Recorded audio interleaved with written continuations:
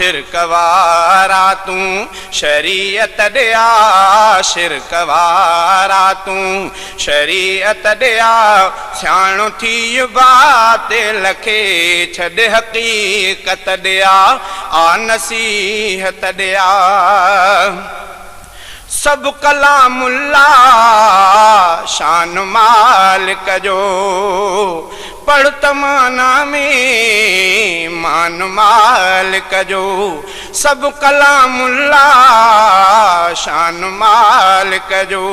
पढ़ तमाना में मान मालिक जो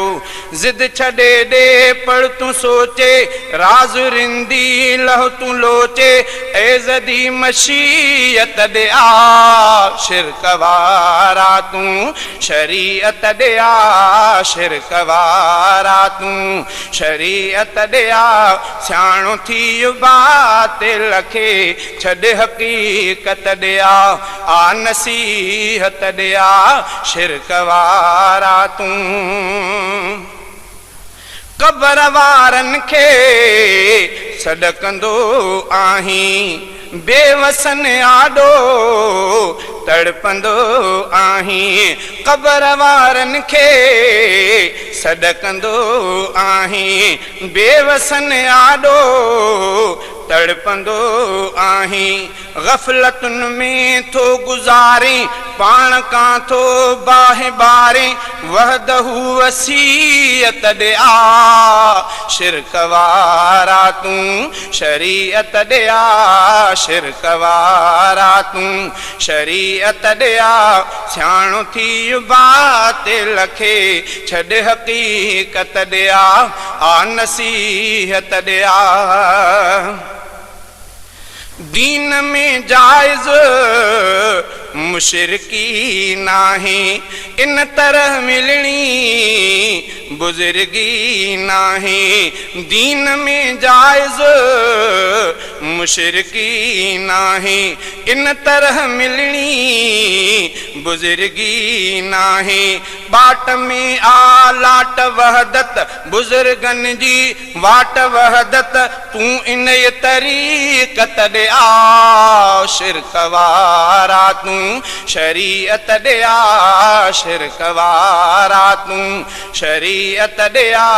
सियाणो थी बातिल खे छॾ हकीकत दिया आ नसीहत दिया शिरक वारा तू कलमे जी माना सच ॿुधाए थी शिरक जूं पाड़ूं सब पटाए थी कलमे जी माना सच ॿुधाए थी शिरक जूं पाड़ूं सब पटाए थी तो पढ़ियो आ कलम प्यारो हक जो हण हाणे नारो मौक़े गनीमत दिया शिरक वारा तू शरीयत दिया शिरक वारा तू शरीयत दिया सियाणो थी बातिल खे छॾ हकीकत दिया